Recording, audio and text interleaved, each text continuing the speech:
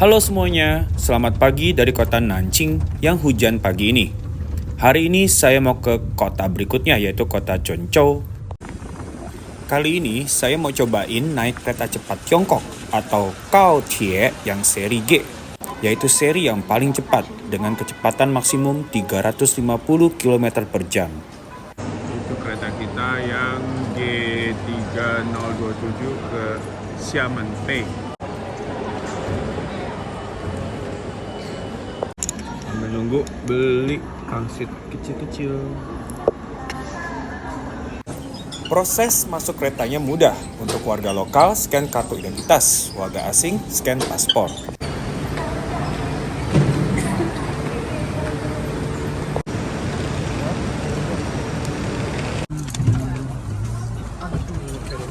Akhirnya duduk.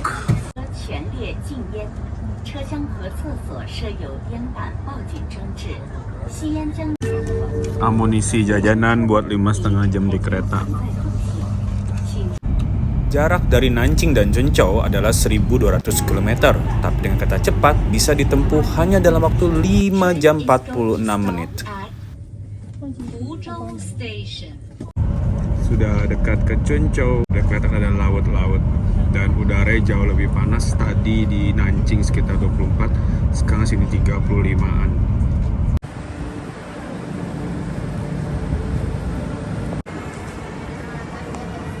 Sekarang keretanya dia lanjut ke Xiamen.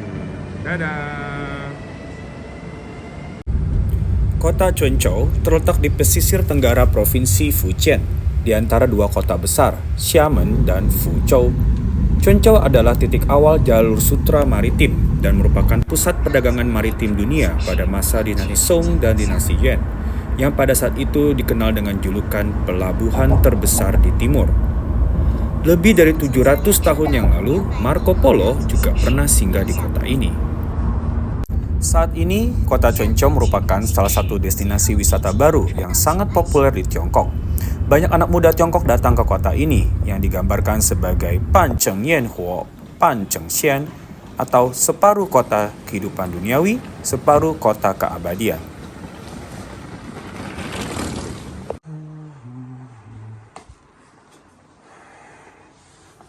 Ini kamarnya kayak rumah warga yang dijadiin penginapan.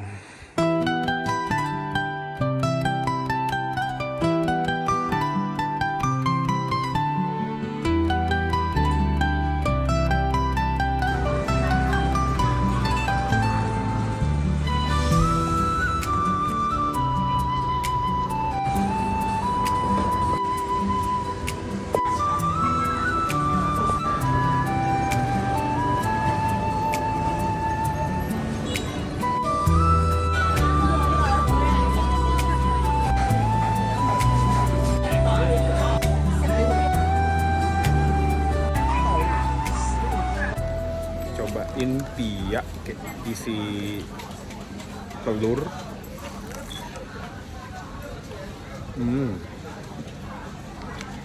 Enak. Ini di belakang gua namanya kuil Kaiyuan. Kaiyuan atau kuil Kaiyuan awalnya dibangun pada tahun 686 pada masa dinasti Tang. Kaiyuan berarti membuka keberuntungan. Selama bertahun-tahun, kuil ini telah mengalami banyak restorasi dan perluasan, dan kini menjadi kuil Buddha terbesar di Fujian. Di dalam kuil ini, kita juga bisa menemukan jejak-jejak Hinduisme, seperti pilar-pilar batu yang diukir dengan kisah-kisah mitologi India. Pagoda di timur dan barat dengan tinggi lebih dari 40 meter menjadi landmark kota Zhengzhou, dan merupakan salah satu pagoda batu tertua dan tertinggi di Tiongkok. Kita naik bus warawirinya bayar 2 kuai.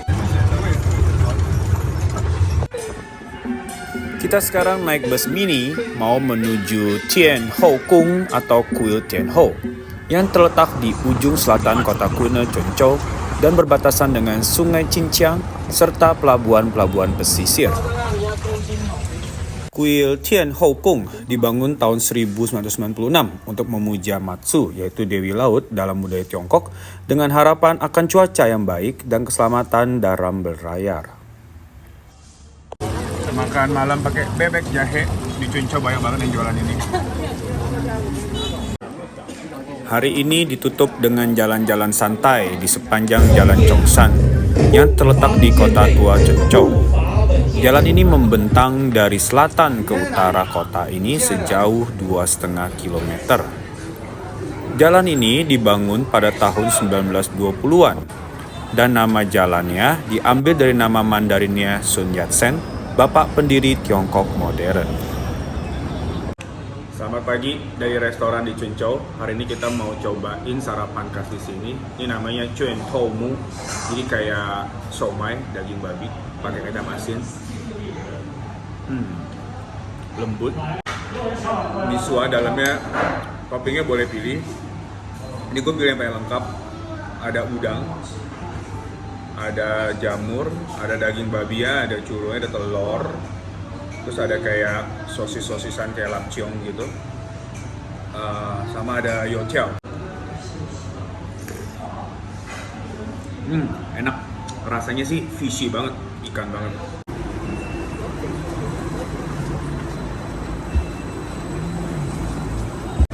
Naik bis wisata nomor 4 menuju ke Maritim Museum.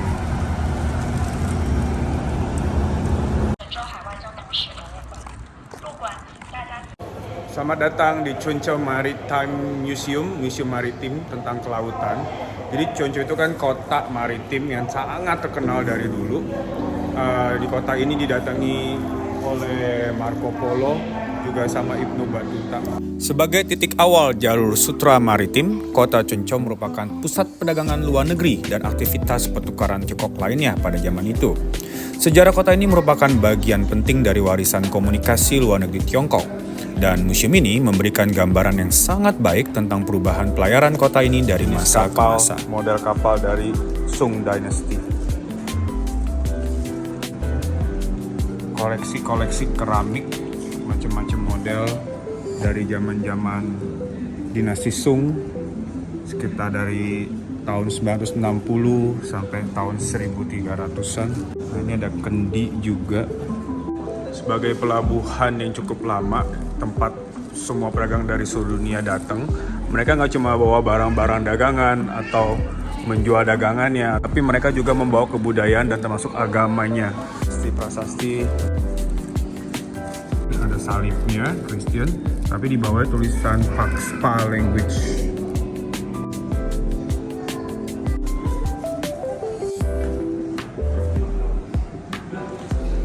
Setelah melihat sejarah maritim kota Cuncau, kita lanjut ke Shaolin Se atau kuil Shaolin.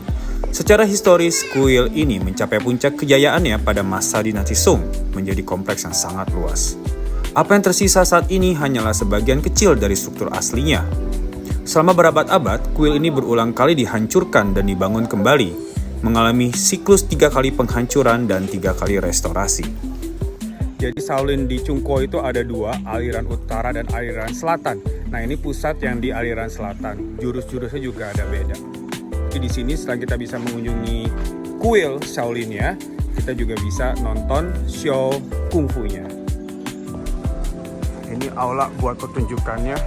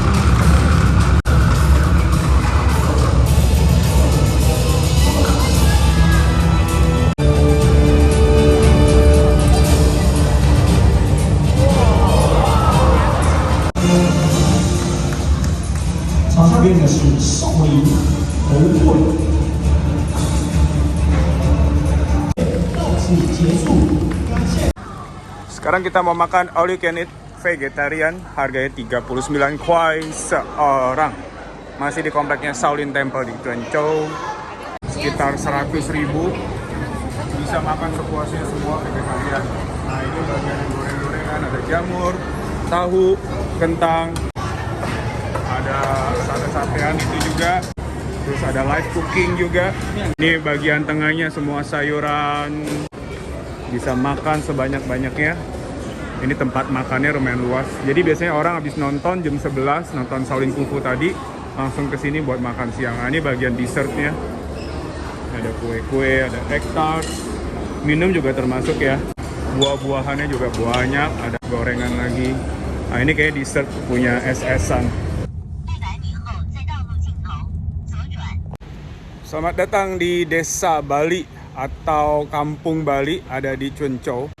Jadi di sini dulu tempat tinggalnya orang-orang Tiongkok yang sudah merantau ke Bali tapi memutuskan untuk kembali lagi ke Tiongkok waktu tahun 61. Pemerintah memberikan mereka tempat untuk tinggal di sini dan mereka mengolah pertanian. Orang-orang keturunan Tionghoa Indonesia yang di sini merupakan orang-orang Tionghoa yang terdampak kebijakan Presiden Soekarno, yaitu keputusan Presiden nomor 10 tahun 59 yang melarang warga negara asing mendirikan usaha di perdesaan. Kala itu tidak kurang dari 100.000 orang Tionghoa kembali ke negara Tiongkok. 500 orang diantaranya menduduki tempat yang saat ini disebut Kampung Bali Nansan. Sebagian orang, khususnya yang berusia tua, masih bisa berbahasa Bali dan bahasa Indonesia. Di sini ada papan sedikit penjelasan sejarahnya. Tahun 60 mereka tuh kapalnya kayak gini. Berarti bawa baju seperlunya aja, barang-barang. Banyakan juga cuma bawa baju yang nempel di badan aja. Nah, ini tahun 61 awalnya rumahnya kayak begini. Terus lalu mereka bangun lagi sampai sekarang udah lebih bagus. Di bagian belakang kayak ada tempat terbuka mungkin buat mereka ngadain acara. Juga ada panggung di situ tuh. Itu ada tulisan Bali Folk Culture Park. Mereka nanam pohon khas di Bali, pohon Kamboja. Sini ada tempat duduk pendopo-pendopo. Ini ada mural angklung. Ada kayak ibu-ibu Bali yang bawa sesajen. Ada yang nari. Hidup sehat mulai dari diri sendiri. Mandarinnya Jian Kang Sheng Huo Zhong Si Ji Zuo Qi. Ini kita masuk ke rumah yang asli dari pemerintah. Waktu pertama kali banget mereka datang dari Bali tahun 1961. Nah, inilah rumahnya yang dikasih tuh seperti ini ya. Sekarang mereka udah bangun di belakang, seperti yang di belakang itu udah lebih modern. Nama daerahnya tuh ini, Nansan. Ini tampak depan apartemen-apartemen waktu pertama kali mereka datang. Setelah mengunjungi Kampung Bali, saya melanjutkan perjalanan hari ini kembali ke Kota Tua menggunakan bus kota seharga 1 kuai. Ada 2 bangunan bersejarah lagi yang saling berdekatan yang akan saya kunjungi, yaitu sebuah masjid dan sebuah kuil.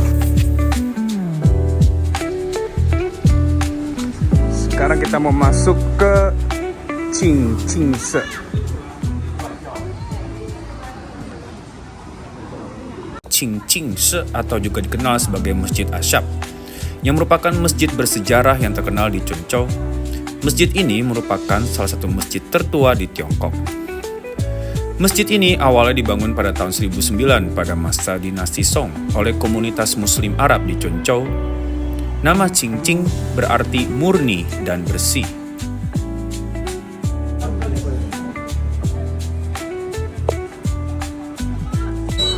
400 meter jalan dari Masjid Qingqing ada kuil Tonghuai Guan Ye Miao atau kuil Guan Ye. Kuil ini adalah landmark bersejarah yang terkenal di pusat kota Cuenco. Kuil Guan Ye awalnya dikenal sebagai kuil Guan Ti yang didedikasikan untuk pahlawan sejarah Tiongkok yang dihormati yaitu Guan Yi dari dinasti Han. Lalu pada tahun 1914 untuk mengenang pahlawan patriotik Yue Fei yang hidup pada masa dinasti Song, kuil ini diperluas dan kemudian berganti nama menjadi kuil Guan Ye. Gaya arsitektur kuil Guan Ye mencerminkan gaya artistik arsitektur Minang kuno dengan ukiran kayu, ukiran batu, dan patung tanah liat yang indah. Supermarket di kota Cuenco. Supermarket bahasa Mandarinnya Chaoshi.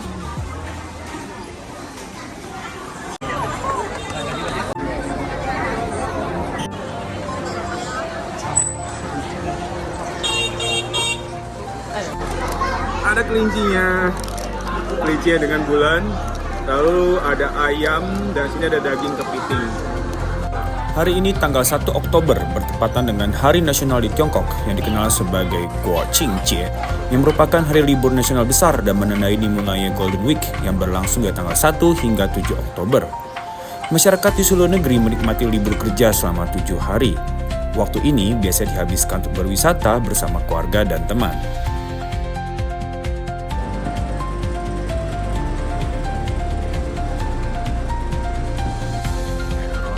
Goreng, ini kayak roti nanas, susu panas. 3 hari di Quanzhou benar-benar pengalaman yang gak akan saya lupakan. Kota ini penuh dengan sejarah yang hidup.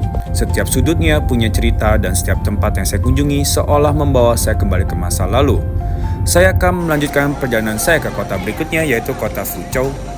Jangan lupa like, komen, dan subscribe ya. Sampai jumpa di petualangan selanjutnya.